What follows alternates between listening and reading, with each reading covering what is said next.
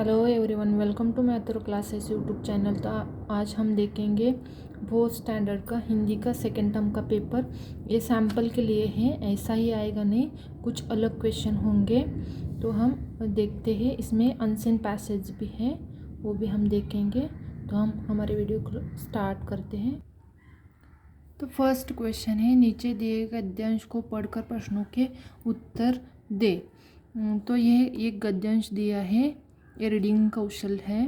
तो इस नीचे कुछ क्वेश्चन दिए, तो उसके ऊपर हमें उसके आंसर ढूंढ कर लिखने हैं। तो आप वीडियो को पॉज करके मतलब रीड कर लिख सकते हैं। मैं डायरेक्ट आंसर लिखने वाली हूँ। हमारी हर सांस किसकी देन है?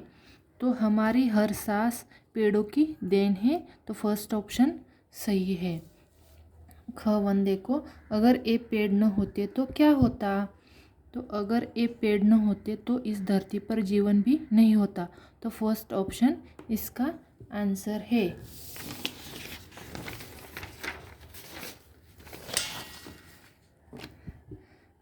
ग वन देखो, ऑक्सीजन को और क्या कहते हैं? तो ऑक्सीजन को और प्राणवायु कहते हैं। गद्यांश में पेड़ों का जीवन किसके समान बताया है? तो गद्यांश में पेड़ों का जीवन संतों के समान बताया है। मैंने यहाँ पे अंडरलाइन की हुई। तो गद्यों में पेड़ों का जीवन संतों के समान बताया है। अंतिम पंक्ति में पेड़ का समानार्थी शब्द प्रयोग किया गया है, वह है वृक्ष। तो क्वेश्चन नंबर 2, निम्नलिखित अपठित पद्यांश को पढ़कर प्रश्नों के उत्तर लिखें। अच्छी बातें मन में पालो, बात बड़ों की कभी न टालो, कभी किसी को नहीं सताओ, कभी न खुद को बड़ा बताओ, मीठा बोलो प्यार मिलेगा, आदर का उपहार मिलेगा, झूठ न बोलो यह अवगुण है, इसे छोड़ दो यह दुर्गुण है, गर ए बातें अपनाओ, प्यारे सबके बन जाओ। तो ये अपठित पद्यांश है, इसको पढ़कर इसके आंसर लिखने हैं। तो देखो, कवि ने अपने मन में किनको रखने की बात कही है? कवि ने अपने मन में अच्छी बातें रखने मतलब अच्छी बातों को रखने की बात कही है। खवन देखो, दूसरे लोगों से प्यार और आदर कब मिलता है? जब हम उनसे मीठा बोलते हैं तब हमें प्यार और आदर मिलता है। गद्यांश में अवगुण किसे बताया है? झूठ न बोलो यह अवगुण है। तो झूठ बोलने के लिए अवगुण बताया है। तो ये थर्ड वन आंसर है। तो आदर का पर्यायवाची शब्द कौन सा है? तो तारीफ, प्रशंसा, कोई नहीं। तो सम्मान। आदर का पर्यायवाची शब्द कौन सा है? सम्मान।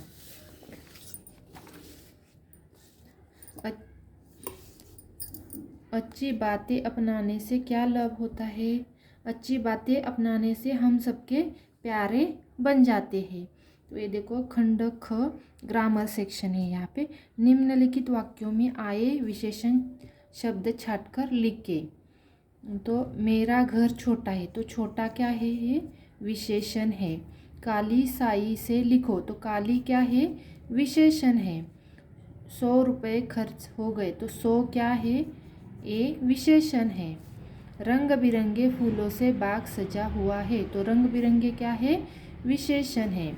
क्वेश्चन 4 देखो, निम्नलिखित वाक्यों में से उचित स्थान पर विराम चिन्ह का प्रयोग कर दोबारा वाक्य लिखे।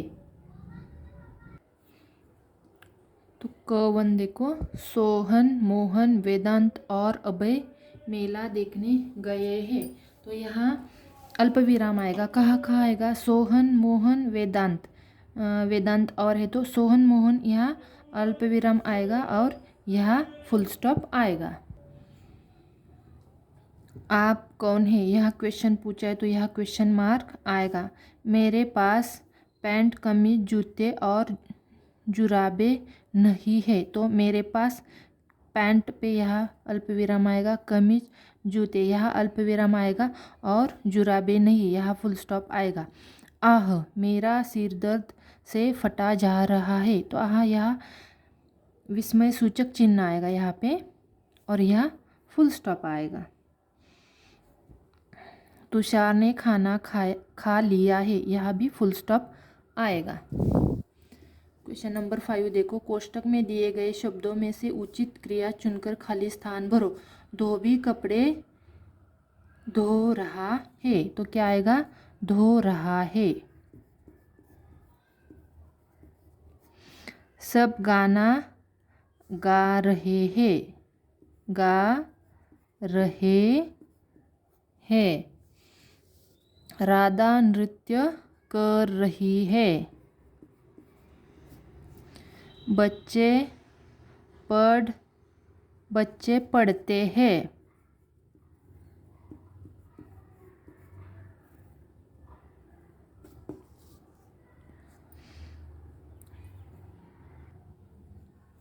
क्वेश्चन नंबर 6 देखो, रेखांकित शब्दों के स्थान पर एक शब्द लिखकर वाक्यों को दोबारा लिखे। तो देखो, मैं कल एक सुप्रसिद्ध कविता लिखने वाली से मिला। तो ये क्या है? एक शब्द के लिए, अनेक शब्द के लिए एक शब्द लिखो। तो ये मेरे चैनल पे जाकर आपको मिल सकता है, इसके ऊपर वीडियो है। तो यहाँ क्या आएगा? कवित्री आएगा। मैं कल एक सुप्रसिद्ध कवित्री से मिला। ख1 देखो, सब विद्यार्थियों ने वर्ष में एक बार होने वाली उत्सव का आनंद मनाया। वर्ष में एक बार होने वाला उत्सव मतलब वार्षिक। सभी विद्यार्थियों ने वार्षिक उत्सव का आनंद उठाया। ग1 देखो, अभिनव एक अच्छे आचरण वाला व्यक्ति है। अच्छे आचरण वाला व्यक्ति मतलब सदाचारी। तो अभिनव एक सदाचारी व्यक्ति है। घ1 देखो, मेरे माता पिता के द्वारा किए गए संघर्ष का कोई मूल्य नहीं। कोई मूल्य नहीं मतलब उसका एक शब्द क्या होगा? अमूल्य। तो मेरे माता पिता के द्वारा किए गए संघर्ष अमूल्य है। क्वेश्चन नंबर 7 देखो, नीचे दिए वाक्यों में उचित ध्वनिबोधक शब्द लिखे। ठंड के कारण उसके दांत किटकिटा रहे थे। तो यहाँ क्या लिखना पड़ेगा? किटकिटा रहे थे। कल रात हवा साय साय चल रही थी। आज खाने के समय मक्खी भिनभिना रही थी।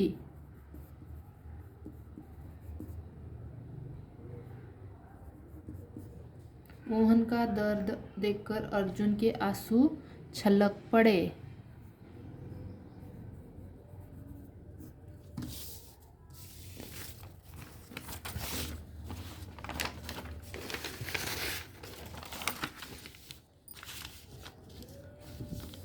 खंड ग क्या होता है? लिखित कौशल्य। अपने मित्र को अपने जन्मदिन पर उपहार भेजने के लिए धन्यवाद देते हुए पत्र लिखे। और दूसरा कौन सा लिखना है? अपने स्कूल बस में होने वाली परेशानियों के बारे में बताते हुए प्रधानाचार्य जी को पत्र लिखे। तो हम फर्स्ट वाला पत्र देखेंगे। अपने मित्र को जन्मदिन पर उपहार भेजने के लिए बताते हुए पत्र लिखो। तो मित्रों को उपहार भेजने के लिए पत्र। तो यहाँ पे अपना पता लिखना है, दिनांक लिखनी है। जिस दिनांक मतलब डेट होती है पेपर की, उस दिन का आप लिख सकते हैं।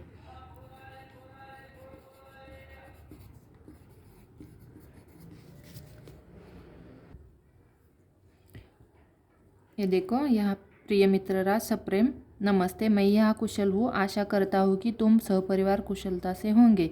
जन्म दिवस पर तुम्हारा शुभकामनाओं सहित बधाई पत्र व उपहार प्राप्त हुआ। उपहार स्वरूप भेजी गई पुस्तक, यहाँ पे कौन सी पुस्तक है वो नाम लिख सकते हैं। वास्तविक रूप में बहुत उपयोगी है। इसका वर्णन करने के लिए मेरे पास शब्द नहीं है। कई बार मुझे हिंदी व्याकरण में समस्या आती थी, अब इस बार पुस्तक से दूर होंगी। इतने सुंदर और मनचाहे उपहार के लिए धन्यवाद। और लास्ट में बोलना, मेरी ओर से चाचा चाची जी को प्रणाम कहना। तुम्हारा मित्र अजय। यहाँ दो पत्र में से फर्स्ट वाला मैंने लिखा है, आप कौन सा भी लिख सकते हैं।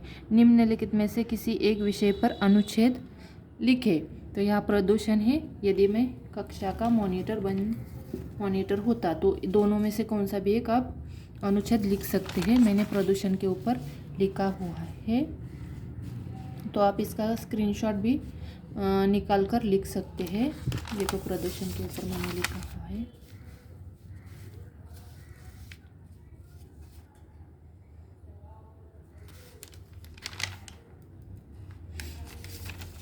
फिर ये देखो खंड ग साहित्य, मतलब ये बुक में से आने वाले क्वेश्चन है, इसके ऊपर हम चर्चा नहीं करने वाले। मतलब अलग अलग बुक होगा, तो जो हम स्कूल में बुक में पढ़ाते उसके ऊपर लिटरेचर के ऊपर एक क्वेश्चन है। लास्ट का क्वेश्चन है वाक्य बनाए। तो वाक्य बनाना ये मतलब हम मन से बना सकते हैं। तो कारीगरी, तो माया अपनी अद्भुत कारीगरी के लिए प्रसिद्ध है। सेकेंड वन देखो हिम्मत, राजू ने हिम्मत नहीं हारी। माखन, कृष्ण को माखन बहुत पसंद है। प्रयास, मैंने बहुत प्रयास किए तभी मुझे अच्छे गुण मिले। लगाव, मुझे मेरी माँ से बहुत लगाव है।